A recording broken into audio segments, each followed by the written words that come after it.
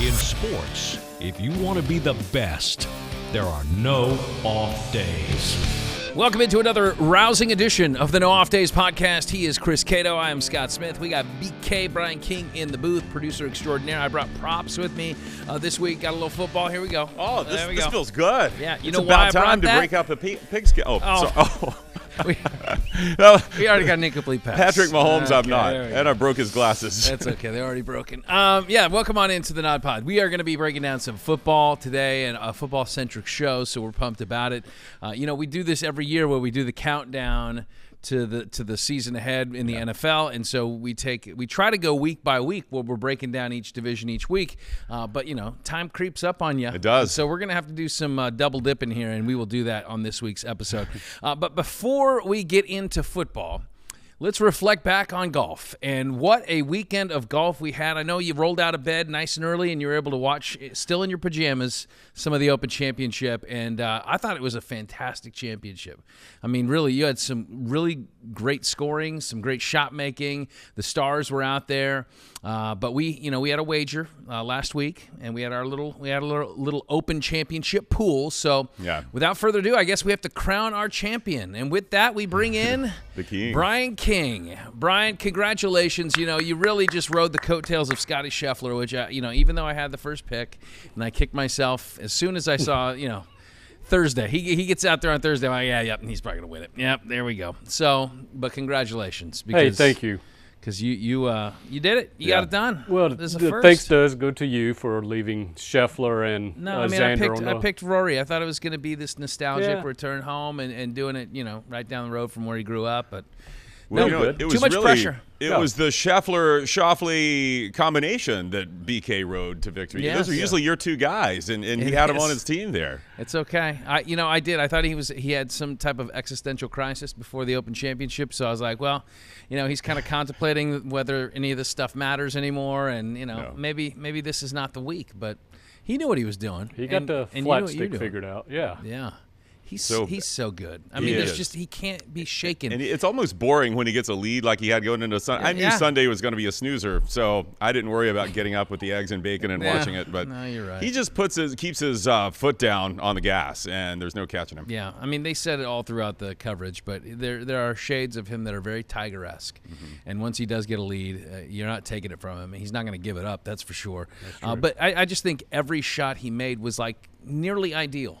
It was just from every vantage point, it was like his approach is always going to land in the most ideal spot to line up a birdie putt attempt, and I don't know, he's just very good. And so, congrats! It's his first claret jug, and it's the first claret jug for you, BK, because as the winner of our little pool here, you have received your bounty. Can you share it with the good people of Nodville? Here is the the Cato claret jug? That's the Cato family stein there. Yes, his grandmother's old urinal. Grandma's spittoon, actually. It still has hints of skull in there. No, we gave that to Scott last year when he won the Open, our little pool here, and he drank some fine beverage out of it. And so I believe Scott provided you a beverage to put in the Cato family. Already put it in there. What do we have? Can we watch? The Mountain Dew. Oh, is that what it is? I think it's the best. It's it has been washed since last year, right, Cato? I think Scott washed it, yes. It's going in. Spit take. Is that a good vintage Mountain Dew? The Yellow Lightning? Awesome. Yeah. But the real prize here is because they were playing in Northern Ireland. We sought out the finest shepherd's pie for you in Tampa, and so from our friends curated at Irish 31, show them what you have there. It's like an 8-pound baby. It is insanely heavy. Yeah. It's heavier than that mug. Look at that. Let me get my fork out of the way. Lift that thing up. See yes. Look at all that. Ooh. That looks like a serving for about a family. Yeah, it is. He could feed us. I think he could share. Do you know what is in a shepherd's pie? Well, you have a beef element, ground beef. You have vegetables, usually potatoes, peas, carrots. Potato is the top layer, right? You have carrots, peas, and some other type of root vegetable, I believe. That looks good. And I think they cover theirs with the white cheddar cheese. Am I correct, BK? Are you getting notes of white cheddar there? I get hints of stuff. Just dig in. Give me a big. Can I, full disclosure, when I was 10 years old, my Aunt Vicky made me shepherd's pie, made the family shepherd's pie. I got insanely sick from that I have not touched shepherd's pie since. Well, that's because Aunt Vicky made it out of an actual shepherd. Yeah. This one is just ground beef. You'll be fine. Give it a taste. I will, man. It smells great. Ryan's quickly going to go on the IL here. He's going in. Is it hot? Let's see if it burns his mouth on it. Dude, that's awesome. Okay. Yeah. Very good. Some mashed potatoes, yeah. There we go. While you got a mouthful of taters, why don't you tell us what you got on the big program? Hey, we got a good show today. You know, you got the football out. Look at He's choking on carrots right now. Chris Heimlich, quick! It's Aunt Vicky, the ghost of Aunt Vicky. There he is. Look at. We're going to have Kirk Herbstreit. How about that?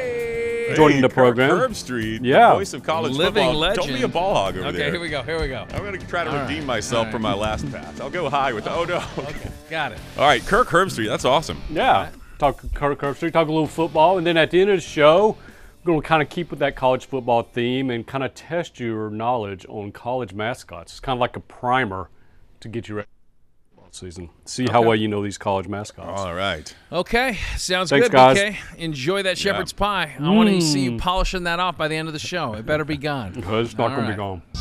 All right. If you're listening and you want to watch, go to fox13news.com/nodpod. If you're watching, want to listen or subscribe, take out your phones, tap the QR code on the screen, and head to our show page. Feel free to leave your comment on the YouTube channel as well as a 5-star on iTunes. Please subscribe, fox13news.com/nodpod. All right, so as we mentioned off the top of the show, we're doing division breakdowns leading you up to the kickoff of the NFL season. We will end in the NFC South because that is, of course, where we reside. But we're going to start out west, and this is in the AFC. We're going to break down the AFC West. Of course, last year it was the Kansas City Chiefs that ran away with it. And Chris, dare I say, one of the more competitive divisions that we're going to have this year in the NFL.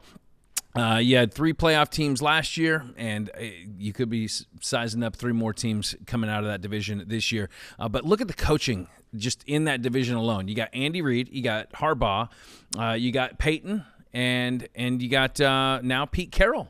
So right. how about that? Wow. I mean, that's like Mount Rushmore of coaches right there, just in one division. Division was already tough, and now Carroll's part of it. So yeah.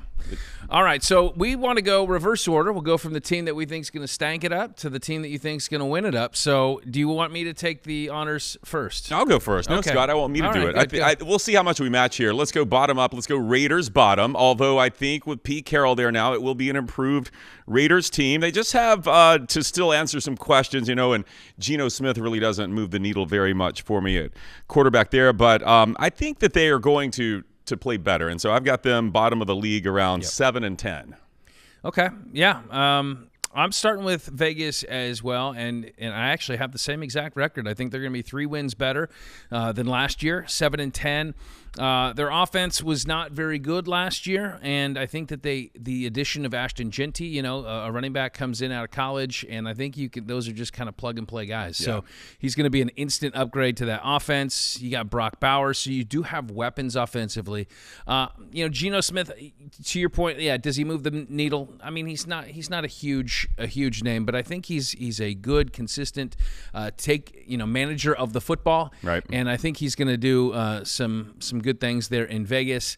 And how long it takes to really get this thing cooking, I'm not sure. Chip Kelly, by the way, is your new offensive coordinator, so they're going to try some dynamic things. This is part 2 for him in the NFL. Well, let's see. No, he did Niners, right, and then he was head coach in Philly. Mm-hmm. And that didn't really work out too well, right? So no. Now he's getting another opportunity here. And, I think they have some good pieces. Jacoby Myers, wide receiver. Defensively, to me, it's really all about Max Crosby. Their defense was... Well, you stay healthy. It was okay. They actually kept their defensive staff from last year. But, I see them coming in at 7-10. They'll at least get 1 or 2. They had no division wins last year. So I think against the division, even though it's tough, I think maybe they get 1 or 2 in this division. All right, to our third place team, Chris. This is where it gets hard because I think we have 3 teams. You mentioned this division produced 3 playoff teams last year. I think it's going to produce 3 playoff teams again this year. So I'm going Chargers in that third place, and this will really come down to a tiebreaker between them and my second place team. But Chargers, yes. Jim Harbaugh, year 2. I think they're going to take some big steps. Still have questions along the offensive line. and the defense. I think the defense was the unit that held them back the most last year. Justin Herbert, look, one of the elite quarterbacks, but again, just doesn't always come up big in playoff games or big games, which we saw again at the end of last season. So I'm going to go with a 10-7 record. The Chargers there in third. Okay. We don't like to agree, but we so far are in complete agreement. I got the Chargers as my third place team with the exact same record of 10-7. Their offense kind of middle of the pack last year. A little over 20 points a game, 23 points a game. It's not huge. I'm a big fan of Justin Herbert, and he took great care of the football last year. 3 interceptions on the entire season, about 3,800 yards passing, not too shabby. Year 2 with Harbaugh as they match up. I think that Harbaugh's always going to lean towards having more of a kind of a grittier, grinded out type of offensive philosophy. So it's not going to be. I don't know if we're going to see, Herbert. I think in year 2 he threw for 5,000 yards. I'm not sure we're going to see that with Harbaugh on the watch there. But they do have a nice receiver there in Ladd McConkey. Showed a lot of really good things in season number 1. But still, I just don't love their offensive weapons around him. The offensive line is a little bit of a weakness for that team. Defensively, they had the best scoring defense in the NFL, so 17 points a game. Yeah, so, I was way off on that one. You're right. Their defense was stout last year. Yeah, it was okay. Yeah, I mean, at least when it came to points, they have Derwin James. They have a couple great pieces back there in their secondary, and Elijah Molden and Derwin James. So, but yeah, in this division, I'd like to see them. I don't think they're going to be a worse football team, but I do think the record is going to reflect just a slight step down. So I have them finishing third at a record of 10-7. Do you care to tell people who you have for second place? Reveal the giant mystery. Well, you and I differ here. So it comes down to, do I think the Broncos are going to win this division, or is the team that is always winning this division, the Chiefs, going to win it? 9 years in a row. Yeah, 9 years in a row. Here's my number 2 team. I tried to think of a way. I'm picking the Broncos to finish second, okay? I do think they're going to be very good. In fact, that's one of my favorite futures bets is Broncos over win total. Vegas has them at 9.5. I think this is a 10 or 11 win team, depending on how things go. And I think the strength is in the trenches there, offensive and defensive lines. Some of the best 2 units in the league there. That defense was really stout last year. I expect them to be just as good. Does Bo Nix have some regression? I don't know. I don't think so. With Sean Payton, with some weapons they brought in. But again, tough division. I think they're going to take – I've got them right now at 11-6. Okay. I see your trajectory there for the Denver Broncos, and I think you're undershooting it just a touch. My second place team is the Kansas City Chiefs. Oh, there we go. Now here, there's a little bit of a trick. So I have them finishing with the exact same record, and in a tiebreaker, I'm going to give it to the Broncos. But I got Kansas City sliding down to second on a tiebreaker there with a record of 12-5. I think it's hard to sustain the success, and don't get me wrong, they still have the talent, but it's a little bit aging, It's not that Patrick Mahomes is getting old, but you got Kelsey, the tread's getting a little thin on those tires. But I think that their biggest biggest weakness we saw last year in the Super Bowl, and that's that offensive line. So how can teams exploit that? I don't think they really addressed it. I mean, they did go out, and I think they addressed it through the draft, but that's not really an immediate fix. They get Rashee Rice should be back for a full season, so that's going to help and having another option there. But yeah, and their defense is good. Spags is one of the best defensive coordinators in the game. Chris Jones is a stud on that line, but I just think that just a little bit of a step back, and a lot of that's going to be dictated by a really difficult schedule. They're playing another first-place schedule, but what that means is now they got games against Baltimore, Detroit. Right. They got Washington, who's obviously going to be one of the better teams in the NFC again this year. Buffalo, I think Houston's going to be back. So, I mean, it's a tough schedule. Do they let a couple of those slide? They had, I think, oh man, what was it? They had 10 wins by fewer than by a possession last year. I mean, so 6 of those wins were 3 points or less. Can you do that again? I mean, that's the clutch, right? Yeah. That's the clutch gene that you're getting from some of these guys. But I don't know. I think that maybe they fall on the other side of some of those this season. So with number 1, you got the Kansas City Chiefs. I do. Take it away. You really used up all my bullets there, but I do believe that we're foolish if we think that Patrick Mahomes and Andy Reid are going anywhere. I mean, I know a lot of close wins last year. We all remember that narrative of how lucky is this team, but as you said, it's the clutch gene there. And I think until someone knocks these guys off the pedestal, will they win 15 games like they did last season? No, I don't see that happening. But they're still good enough, in spite of those questions that you enumerated. They're still good enough at the talent position with Hollywood Brown, Xavier Worthy, Rashee Rice, and Jalen Royals, who they drafted, and Patrick Mahomes distributing the ball to get 12 wins here. And that's where I see them in finishing first again atop the AFC West. I think it's partially wishful thinking on my end. Maybe that's what it is. I just want to see somebody else. Like not picking Scotty Scheffler? Yeah, maybe that's what it is. I'm going to be looking like a fool with my pants on the ground. But I got the Denver Broncos winning with the same record of 12-5, but winning on a tiebreaker. I saw so much improvement last year, and really, as an Oregon fan, I watched a lot of Bo Nix. And he was always a solid quarterback, right? And very mature, a little bit older in the college game. But I saw like a seamless transition, a guy that was ready to step into the challenge. I think a year or two under Sean Payton. And again, we always talk about the trajectory of a good coach as when you're in doubt, like lean on the fact that your coach has been there before. And Sean Payton's one of the great ones. And so I think that they're going to pull even more. I saw a lot of growth out of Marvin Mims in the receiving core last year. They add R.J. Harvey to their running back room. The running backs changed a little bit. They got J.K. Dobbins in there. They add tight end Evan Ingram. I think he's going to be a big outlet for Nix in that offense. So the offense, I think, will be a little bit better. But really, that defense it was the best defense in the division last year, and I think they got better. They added a couple pieces from the 49ers and linebacker Dre Greenlaw, and then Talanoa Hufanga. He comes over as a safety. They address it in the draft, too. They had a cornerback in Texas's Jahdae Barron. Yeah. So they're doing all the right things, and the fact that they do have challenging games. I think they got they got the Eagles early on in the season, but you don't have that first place schedule that the Chiefs have to go up against. So I think they might take advantage of that. So I got the Denver Broncos winning the division, and we don't see 10 years of the Chiefs. That doesn't mean that they're not going to make a run and win the Super Bowl. I'm not going to say that. But, yeah, I think that maybe they don't win the division. So there you go. That's how we see the AFC West breaking down.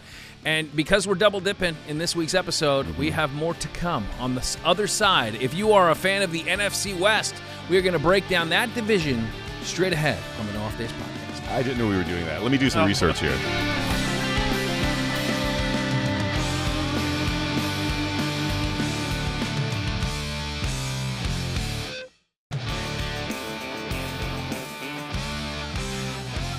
Welcome back to the No Off Days podcast. Chris, I'm just playing catch during the break by myself. And look how high I can get this ball. That's a light, Scott. Scott, that's a light. You just took out a light. I grew up, that's how I would waste time. Okay, set. Here we go. Hi.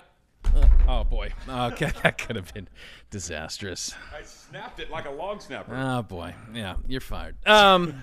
No, I grew up. That's how I would kill time. I would lie on my bed and I'd throw the football up. Yeah. And so I didn't have any friends. It's like didn't have any friends to throw it. I would sometimes prefer that to hanging out with friends. It's very soothing, actually. All right. Speaking of soothing, talking football. That's what we're doing here as we continue our countdown to the start of the NFL season. And each week we're going to be breaking down NFL divisions. Last block we gave you the AFC West, and this block we are going to jump into the NFC West. And this, last year was an interesting division. The win totals weren't real high up there, and it was really anyone's up for the taking. San Francisco was a team that many people thought, hey, they've been dominant. They're just going to continue to do that. But injury played a factor in their season last year, and they ended up finishing dead last. So how do we reshuffle the deck this year? Chris, do you want to do the honors of kicking it off, or do you want me to start this? I would love for you to start. Okay, let me start off. Please. So we start with the aforementioned San Francisco 49ers. I think they're going to be your last place team in the NFC West. Oh, wait. No, sorry. I need to read my own Wait a minute. writing. What? Let me start out again. Rewind. We're going to start off with the Seattle Seahawks. Okay, there we go. A 4-game tumble in the standings. And, a lot of this has to do with the fact that, there's a change at quarterback. You go with Sam Darnold. How much are you going to be banking on him to be able to do what he did last year with the number one receiver in all of football and Justin Jefferson as one of his targets? tickets, and it's a new system. So he got paid. There's pressure with that, and it's new pieces around him. So I think that there's going to be an adjustment period. Not that he's a bad quarterback, but I think that some of what we saw last year, he was a little bit of a product of the system. And, but he also could be one of those quarterbacks that as you get older and more experienced, you've seen the game, it slows down a little bit more. Yeah. You're getting more opportunities and you take advantage of it. But I think the offense there takes a little bit of a step back. So Sam Darnold, the guy, no Geno. There's no DK Metcalf. Right. So, what? No Lockett either, right? No Lockett. What kind of? So what are your weapons? I think Cooper Kupp is up there in Seattle. Jackson Smith-Njigba. He's probably their best. Smith-Njigba. That's your best target. Yeah. So, the run game last year, it should be improved this year. It wasn't great last year. Their defense really is kind of the marking of their team. But how much can that really – I don't know.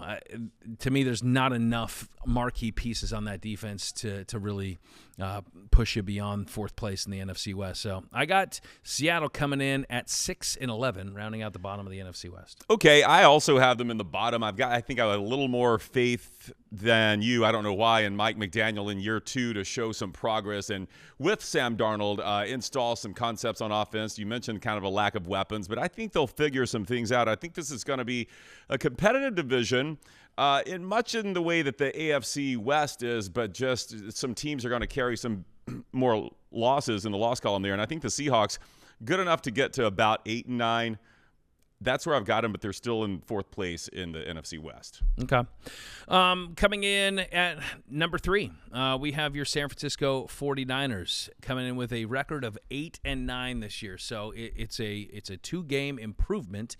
Brock Purdy got paid in the offseason, so he's got his cash, but no Deebo Samuel, so you're missing some pieces there. Brandon Ayuk, I don't think he's going to be ready for training camp. That's a problem as well.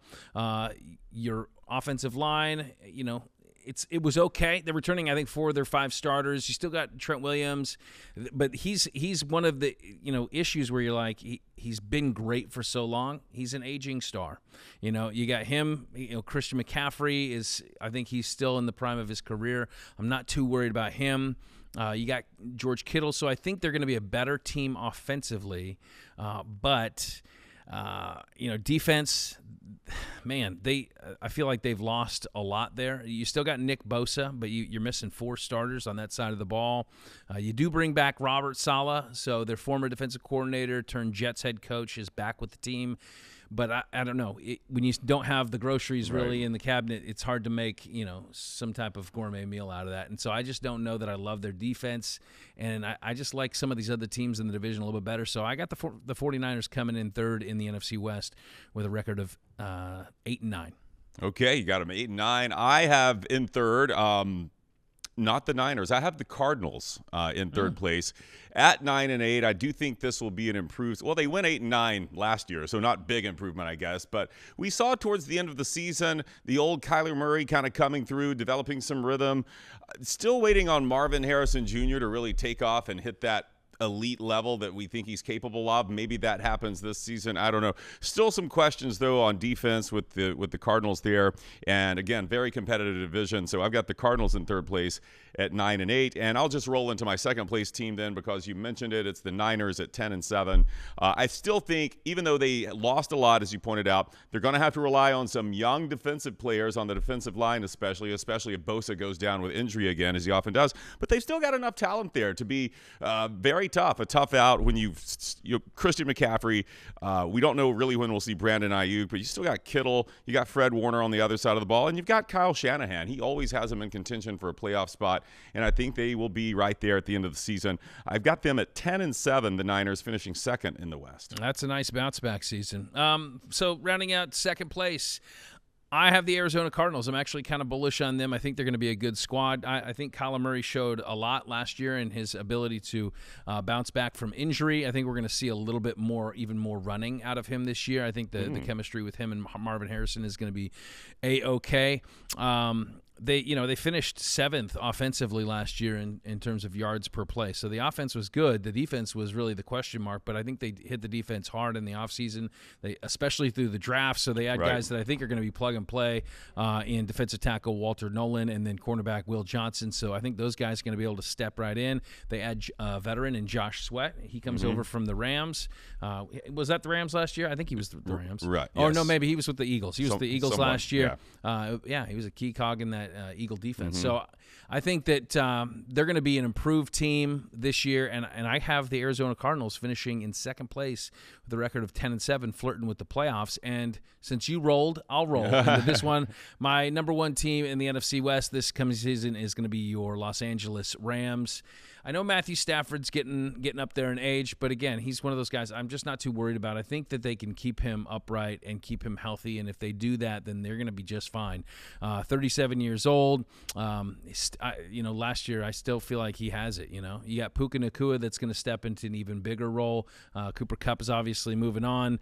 They add Devontae Adams. Now he didn't have a great season last year with Vegas, but I still think I'm looking at Sean McVay bringing him in and thinking he still thinks that there's something there. I have confidence in his ability to kind of read that. And so I think that Devontae Adams he's not going to be, he doesn't have to be the number one receiver, but he could step into this offense that I think is going to, I think they're going to move the ball pretty well. I don't have any worries about that. Last year, defensively, I think they struggled to try to fill that void, that massive void left by Aaron Donald, and what team wouldn't. So they struggled against the run. But, man, I still think they got some really good pieces, young players on that defense. And I look at the two FSU guys in Fisk and Jared Verse. And I think those guys are going to continue to climb. They had great rookie seasons last year, and I think they'll continue to improve even better. So I think that the team's going to improve a little bit from last year record-wise and take the NFC West with a record of 11-6. I like it. I agree with you. I think the Rams are your division champions in the NFC West. I have them at 12-5. I'm really bullish on this team this year. This is a team that was toe-to-toe with the Eagles right there in the playoffs, with ball in hand, a chance to win it or bleed the clock and win it there, and they couldn't get it done. And they've retained most of their key players and added some guys, as you pointed out there. And I trust in Matthew Stafford and Sean McVay to get it done. So I think it's going to be the Rams. What is this shirt doing? This collar is just awful. So I have to clip this earpiece onto it, and it just drags the whole. It ruins the whole frame of the shirt. See the chest. Here, let's just button it up. Give me a tie. Anyway, I like the Rams to get it done. Okay, very good. All right, so there we go. We got the AFC West and the NFC West taken care of. What do you say next week we talk about the East? Yes, we'll get into the AFC East next week. Okay. Coming up in the next block, you can't throw a football very well, but some guy that can is going to be joining us next. Former Ohio State quarterback, better known as the voice of college football for, the last 3 decades now. Kirk Herbstreit, the legend, joins us on the nodpod next.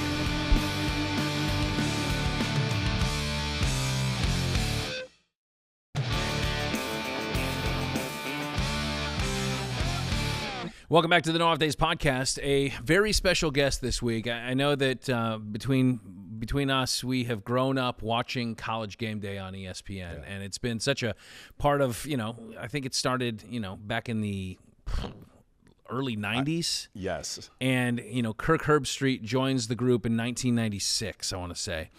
He has been the voice, and he's obviously the soundtrack to all your football or college football games that you play on the video games, the games itself. He has transitioned now to do some NFL games in recent years on the Thursday night package.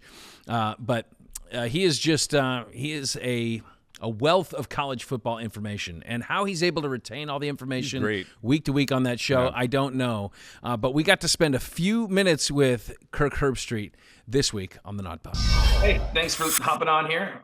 Let's get right to Kirk. Great to be with us. Football season right around the corner. Is this your 30th year of College Game Day? Yeah. Crazy. Unbelievable. Yeah. I mean, from the early years to now, what's it been like to be a part of that journey? It's changed so much. When I first started, we might have a few hundred people around the set, half of which were probably wondering what's going on here. That was in 1996. And to go from that point to, I don't know, there's probably 15 or 20,000 people around the set now, and has been really for the last 15 years or so. It's been a game changer, you know. And I think the other thing is, when I started, it was Chris Fowler, Lee Corso, and myself. And obviously that's changed quite a bit over the years. Now with Coach Saban there, Pat McAfee there, it's just very, very different. And both were good. It's just different. You know, you evolve, you change. And 30 years, that's going to happen. And Coach Corso will be doing his last show August 30th, week 1.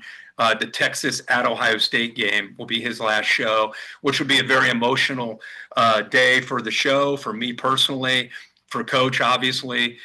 We love him so much, and it's going to be very sad to see him go. But, he's at peace with that decision. But, I'm blessed to do something I love.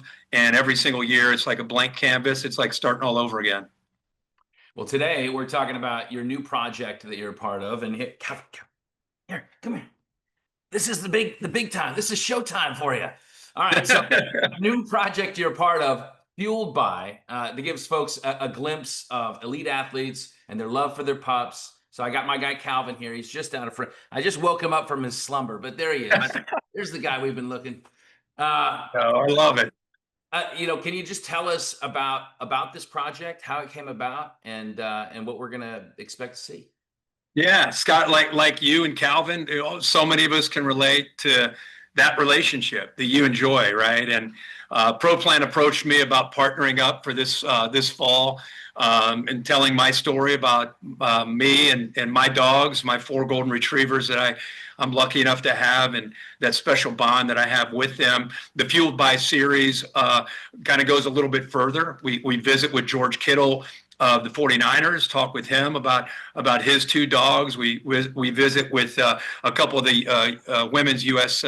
national players, soccer players, Rose Lavelle and Sophia Wilson, and get to know them a little bit and their unique relationship with their dogs, how passionate they are about those relationships. And I think more than anything, that's really what we can all relate to, in some way or another, is how important that relationship is, and dogs, the love that they give us, and our job is to kind of take care of them. And that's why we're telling these stories and talking about the importance of nutrition and taking good care of our dogs.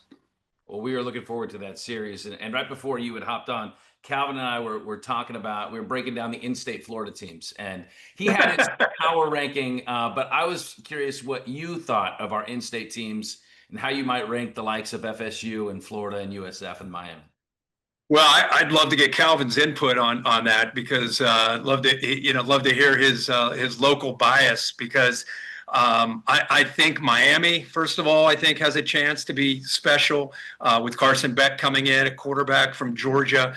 Anymore it's really about the transfer portal and the quarterback, right?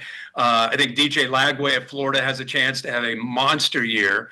The way Billy Napier went from being on the hot seat to starting slow, looking like he may get fired, to really catching fire late last year, should have a lot of Gators fans excited about what they can do. The Noles obviously need to rebound after a disappointing year last year. Let's see if their quarterback transfer can do a good job. They opened up with Alabama. Miami, by the way, opens up with Notre Dame. USF, I think you got a great head coach. There's a lot of excitement, I think, building around that program, and there should be. To me, that's a program that's really up and coming. There's a lot to be thrilled about in that state, and we'll find out who ends up being the top dog, not just in that state, but maybe somebody can make a national title run. Well, his ears just perked up when you said top dog. I think he's bullish on the Gators, actually, to be honest with you. It's been fun to watch your own journey with your pup, being able to take, both Ben and now Peter onto your travels with you. It's really cool to be a part of. They probably get a bigger ovation than you do, I would assume. Oh my gosh, I'm just a dog handler. I don't have any. That's probably the best part about taking Ben and now Peter with me, is when I walk out onto the field and Peter's with me, all the camera phones. I mean, there must be, when he first walks out there, 50 phones on top of him. And I just kind of sitting there enjoying just kind of being in the background. It's been a lot of fun for me. But yeah, Peter has become, I call him the Taylor Swift of football. It's amazing how popular he's become. So where can folks find Fueled By? If you go, it's real easy right now. If you go to YouTube and search Pro Plan, and all the videos will pop up.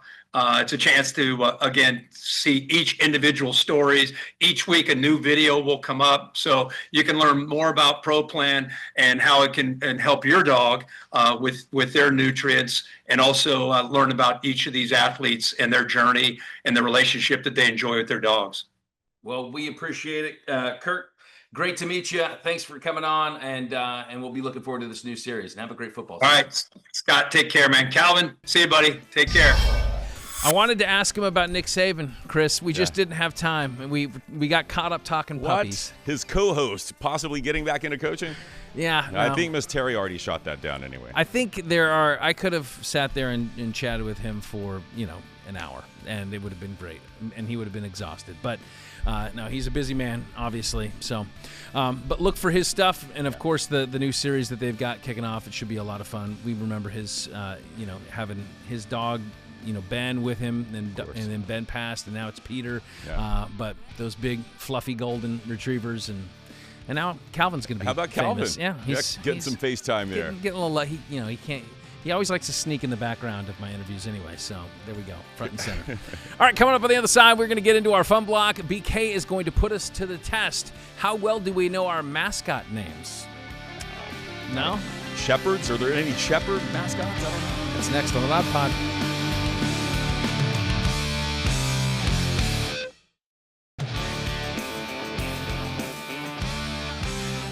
What a great show so far. I've enjoyed it. Yeah. It's time for our fun block. It's, some say, and you know who say this, the King family. All Brian's 2 daughters and his wife, they love the fun block. This is their favorite part of the show. This is their favorite part. Also, my mom, Cookie's favorite part of the show. They all fast forward to this. So without further ado, let's bring in the man of the hour, Mr. Fun, Brian King. All right, BK. That's not entirely true. I mean, they love the way Cato and you two, joke against each other and stuff. I've not gotten any positive feedback on us. Mostly your antics. How is the shepherd's pie? How are we doing there? Very good. I'm still working on us. it. Yeah. It's over here. It's off camera. He hasn't touched it since the first block. He doesn't like it. It tastes like Aunt Vicky's. No. Okay. Rutabaga in there. All right.